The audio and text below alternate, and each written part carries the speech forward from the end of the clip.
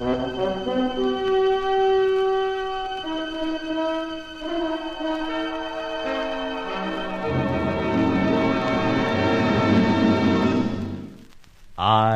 have been here. The Grey Goose, Adventures of a Modern Robin Hood.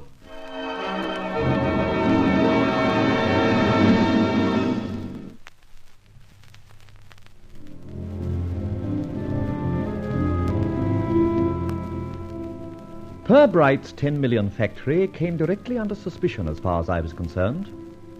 After a couple of mishits, as it were, I found myself impersonating an envoy of a foreign power. In my interview with old Edmund Pirbright, I learned much. He'd accepted a contract for £100,000 for precision bits of a war weapon. As I'd already purloined his plans and specifications, they didn't arrive, and his friend, the enemy, as represented by myself, asked for a rebate of £50,000. My hat! How I cherished the cheque he wrote. Then we visited the special workshops, and having learned all I could, I just smacked him down. Sorry to punch an old guy like you, Pirbright, but I've got to do it. I must have a moment to myself among these very lovely pieces of machinery. Now, a piece of cable here, then to this light socket. Now the gelignite and the detonators. So, one here, I think, one there, and last of all, one here. Now, let's make sure I'm connected. Yes, a good job. Come on, Father, snap out of it. I'm carrying you back to your flat. Oopsie-daisy.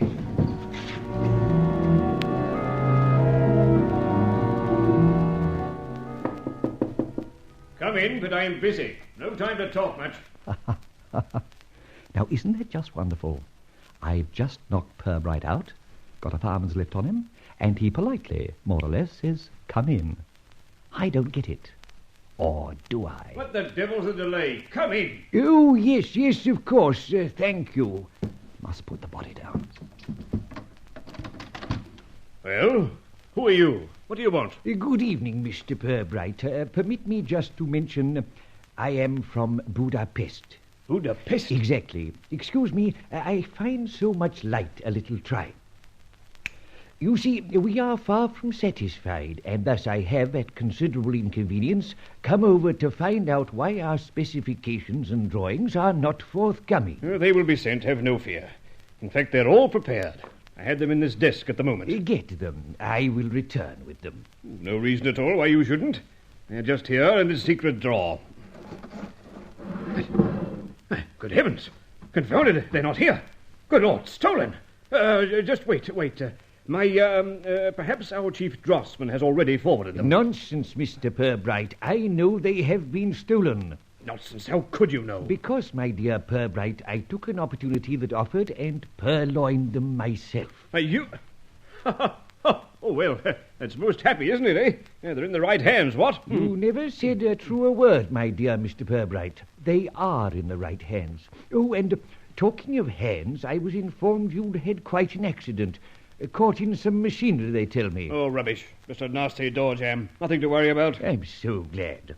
You also had collected a black eye as well, I was informed. Your informant was being ridiculous. I have not a black eye. And even in this dim light, I can see that. Now, let us probe further into the affairs of Mr. Pirbright, who has smashed fingers and a black eye. I am utterly at a loss. But not for long, I hope. Permit me to open the door. What are you going to do? Open the door. Didn't you hear me? So, he's only a little man, like yourself. How very like. But I think I can drag him in. Now, Mr. Pirbright, allow me to introduce you to Mr. Pirbright. Gott in Himmel! Ha! Didn't someone once say, his speech bewrayeth him? So, Pirbright, you are a German. Correct me if I'm wrong. Pirbright is two Germans, identical twins. Heinrich, pull yourself together. Come, speak to me. He's dead. You have killed him. Oh, not a bit of it. He's unconscious. A smack on the temple, I fear, and, mark you, a rapidly blackening eye. Thus, just to balance the ledger, Mr. Pirbright has crushed fingers and also a black eye. Remarkable. You are not an emissary from Budapest? No, just a patriotic fool of an Englishman who's tumbled onto your little double-cross. The double identity of Mr. Pirbright. My friend, beware. You have, as you say, tumbled on a very precious secret. It must mean only one thing. Yes? Death. Rubbish. Just now I said two of you. Somehow that dual identity, those double identities have built up in this country a grand and well-respected organization. It has done great work for this country. And do you think we are going to allow an independent interloper like yourself to ruin that organization? Let me finish. Why, having achieved so much, do you make a deal with rats? You are guessing. No. Look, turn your desk lamp onto this picture. There, my fine friend, is your good self in conference with enemies of my country. You, or this unconscious twin of yours. Where did you get this? It was printed in a foreign paper. I collected it at the time I collected the plans and specifications. You know too much, my friend. You will not get out of here alive to tell your tale. How's that? One touch of my finger on this button here will set the whole alarm system of these works in action. And how do you like that, my friend? I do not care for it a bit, because one touch on that button will do a devil of a lot more than that. What do you mean? Just what I say. Now, come away from that button. Why should I? You are an interloper, a confessed burglar.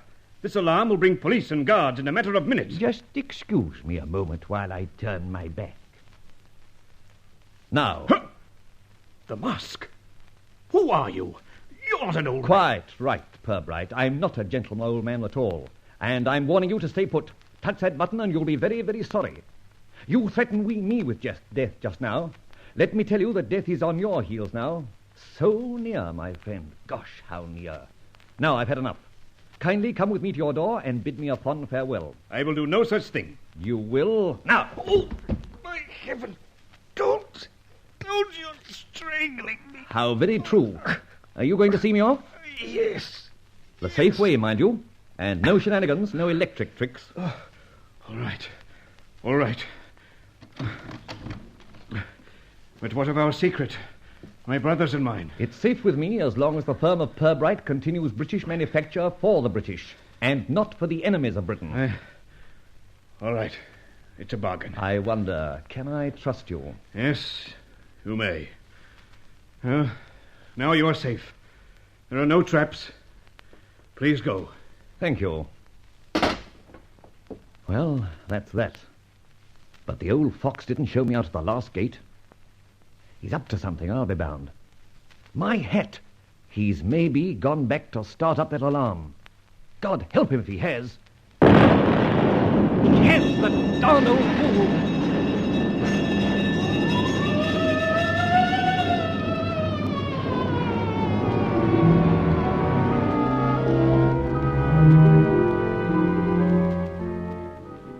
Once again, I must, from later reports, try to reconstruct a scene that took place between two old friends of mine, Cardigan of the security branch and Inspector Ford. So Fletcher gave you those specifications and drawings? He did. We've had the wording transcribed into English, and my hat, we've just been saved from a very dangerous piece of espionage and treachery, thanks to the said Fletcher. Maker's name and everything, the designer himself, are on the plans. Guess who? I don't want to guess. It was Pirbright's. A staunch British firm, we thought. Manufacturing enemy weapons in one wing. That wing was blown sky high. Any idea where Fletcher is now? No, I rang up his flat several times. He's apparently away. Oh, is he? You know, Ford, when he came to see me, he said a very remarkable thing. Oh, he did he? Yes. He said he knew how to communicate with this Grey Goose chappie.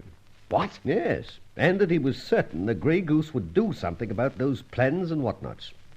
So he said that. What are you thinking? Eh? Oh, nothing much. Anything else? Oh, yes.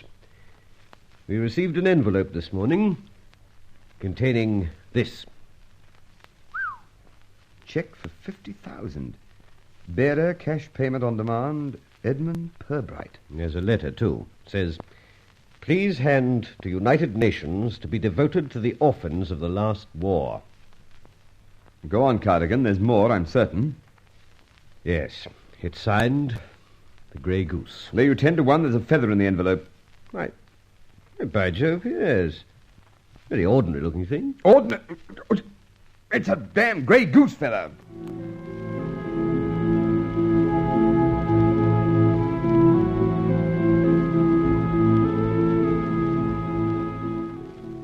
Now then, Rolly, explain everything. Oh, it's easy. A piece of cake, really. Purbright was of foreign extraction and had a twin. Actually, they were so identical, no one could possibly separate them. Then they went wrong.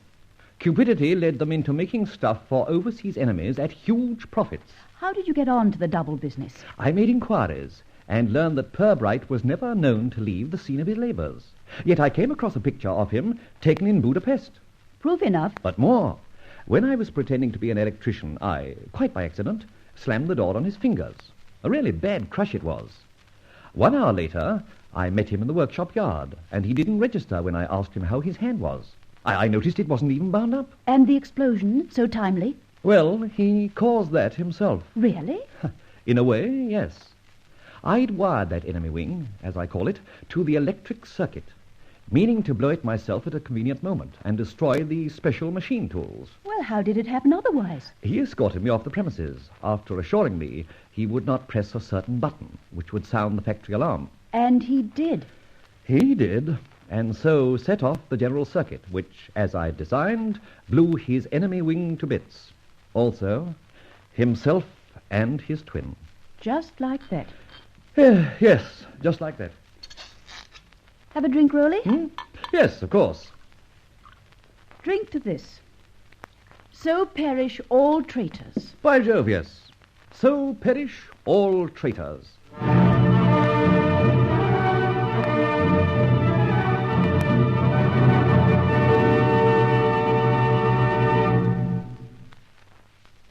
And with that achievement to his credit and a gift of £50,000 to the children of the United Nations, we would think Rolland Fletcher would cease his relentless crusade.